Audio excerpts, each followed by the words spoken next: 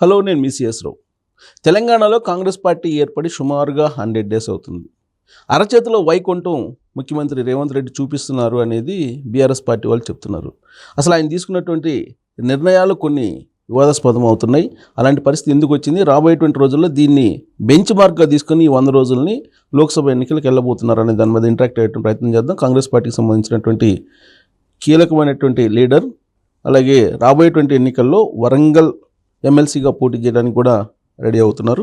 Bakka Judson గారు మనతో ఉన్నారు. నమస్తే బక్కా జడ్సన్ గారు. నమస్తే. సో కాంగ్రెస్ పార్టీ అధికారంలోకి వచ్చింది. ఎట్టకేలకు వచ్చిన తర్వాత దాదాపు 6 గ్యారెంటీలు అన్నారు. 6 గ్యారెంటీలు ఇవ్వట్లేదు, అరచేతిలో స్వర్గం చూపిస్తున్నారు తప్పితే ఎక్కడ కూడా ఇంప్లిమెంట్ కావట్లేదు అనేది మీ పార్టీ మీద ఉన్న ఒక ఆరోపణ. 6 గ్యారెంటీలో పబ్లిక్ మాకు కావాలి అని వాళ్ళు అడిగిందేం లేదు. వాటి వల్ల ఎలక్షన్ గెలిచిందని కూడా నేను అనుకోను. పూర్తిగా ఇది బీఆర్ఎస్ ప్రభుత్వ వ్యతిరేకత పైన గెలిచింది.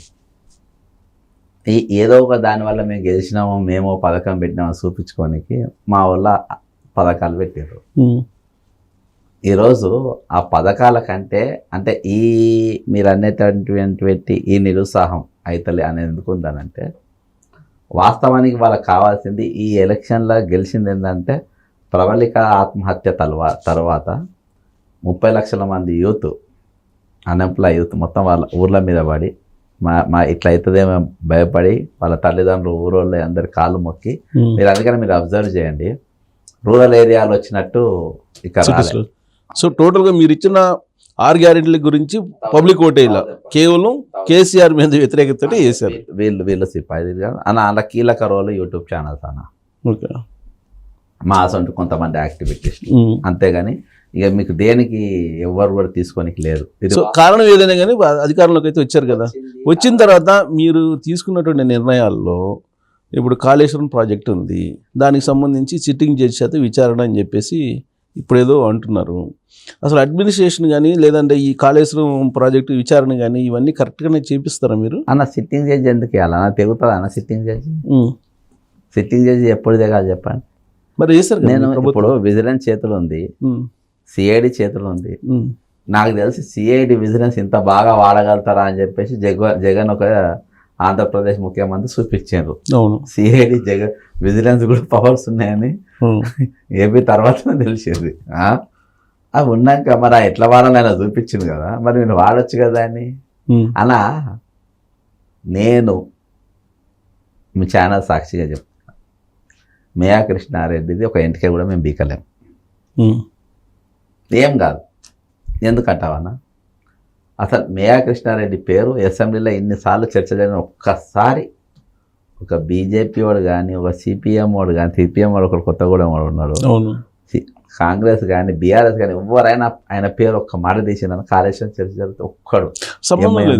ఎంఐఎం సంబంధాలు ఆయన మేఘా అంటే మేడిగడ్డకి సుందిల్లికి అన్నారంగి సంబంధం లేదేమో. మేఘా కాంట్రాక్టర్ ఆయనే అన్న, బాహుబలి మోటార్లు ఆయనే, మునిగిపోయినాయి ఆయనే, మేజర్గా దెబ్బతిని ఆయనే. ఆయన పేరెంట్, ఆయన కూడా కాంట్రాక్టర్ కాదు, ఆయనే పేరెంట్ తీస్తలేరు ఎవరు? ఎల్ఎన్టీ వాళ్ళు పీనట్టు, తక్కిన వాళ్ళే మేజర్ షేర్.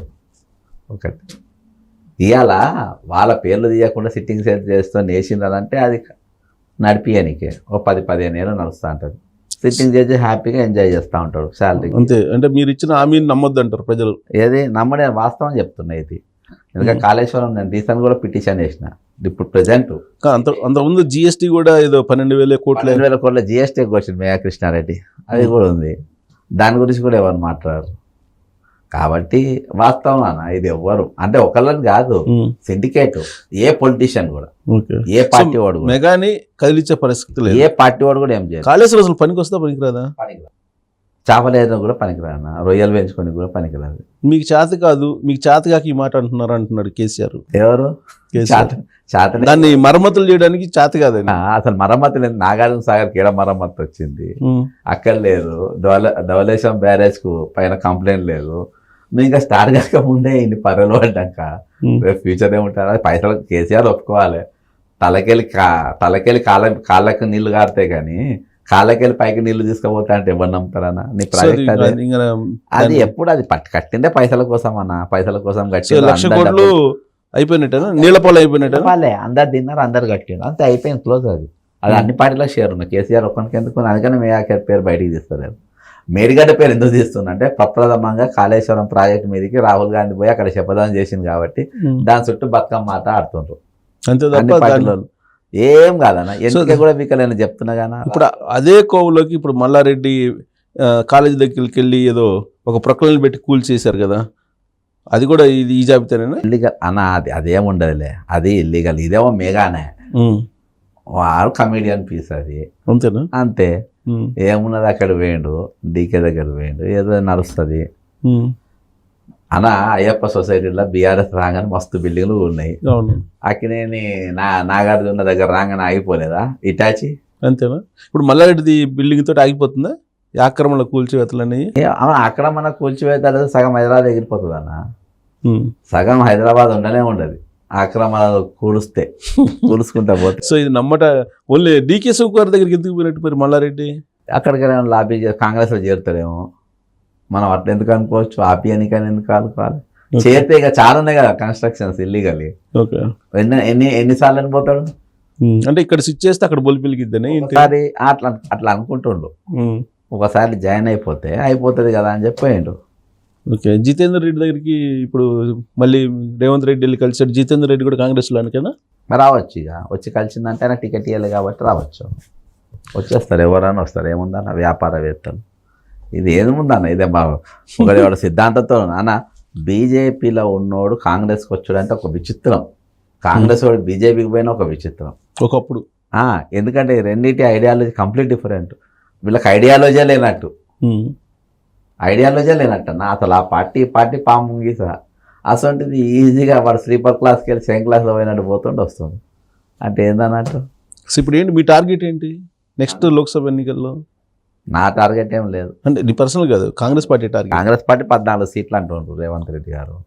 14 సీట్లు నా నాయకత్వంలో గెలుస్తుంది. నన్ను చూసి ఓట్లేస్తారు, నన్ను మాత్రమే చూసి ఓట్లేస్తారు. నన్ను చూసే వలసలు అందరూ చాలా మంది కాంగ్రెస్ పార్టీలోకి వస్తుండ్రు. అంటే మునిపి ఏం లేనప్పుడే 65 వచ్చినాయంటే ఇప్పుడు జితేందర్ రెడ్డి, తీగల కృష్ణారెడ్డి వచ్చే, బొంతు రామ్మోహన్ వచ్చే, లట్రం పొట్టరం అలా అందరు వస్తుండగా వీళ్ళందరినీ చూసి ఇంకా పెరుగుతాయి 5-6 ఎంపీలు, మొత్తం 14 వస్తాయి అనుకుంటున్నాను. టార్గెట్ 14. టార్గెట్ 14. ఇప్పుడు ఇంత నాకు అర్థం కానిది ఏంటంటే ఏఐసిసి ముఖ్యమంత్రి రేవంత్ రెడ్డి, పిసిసి అధ్యక్షుడు రేవంత్ రెడ్డి, పిసిసి అధ్యక్షుడు దొరకట్లేదా ఏంటి అంటే కాంగ్రెస్ పార్టీకి? అన్న ఇప్పుడు ఎలక్షన్లు ఉన్నాయి, డిస్టర్బ్ కావద్దు. కానీ ఎప్పుడు ఇలాంటి సిచ్యువేషన్ లేదనుకుంటా. లేదు, ఇమీడియట్గా మార్చేస్తారు. లేదు, ఆయనకు ఇది కావాలి అన్న. సోనియా గాంధీ గారు పీసీ అప్పుడు ఏసీ ప్రెసిడెంట్ అన్న, పవర్ఫుల్ ప్రెసిడెంట్, ఇన్ఛార్జ్ కూడా స్ట్రాంగ్ ఉండేది. ఇప్పుడు ఏదైనా ముగ్గురు ఇన్ఛార్జ్లో మార్చింది ఇప్పటికీ. పీసీసీ అయిన కాంచాలి మాణిక్ ఠాకరే ఇప్పుడు ఠాకరేని ఎందుకు మార్చినట్టు అసలు? ఇక అదే రిజల్ట్ వచ్చిన తర్వాత వెంటనే మార్చేశారు. అంటే ఎవరు తెలివితేటలు వచ్చినాయి అని అంటే ఇప్పుడు ఈమెను కూడా మారవానికి చూస్తున్నారు. అందుకని అవును, అందుకని ఆ కారు వివాదం బయటికి తీసి వీళ్ళే చెప్పిందే, అది వీళ్ళకి ఇచ్చిందే. ఓకే, ప్రభాకర్తో వీళ్ళ దాంట్లో ఒకటి చెప్పించిందే, ఆయనకేం తెలుసు బెంచ్ కారు. సో ఈయన కూడా ఇప్పుడు లోక్సభ ఎన్నికల ముందేనా లోక్సభ ఎన్నికల తర్వాత? పోదు వాళ్ళు ఎవరు నమ్మలే, ఏం లేవు. ఒకటి చెప్పించిండు, 5 అడ్వైజర్స్ ఉంటారు కదా, ఓ అడ్వైజరు ఆయనతోనే ఓ స్టేట్మెంట్ ఇప్పించిండ్రు, కానీ అలా వాస్తవం లేదు, అదో స్కెచ్.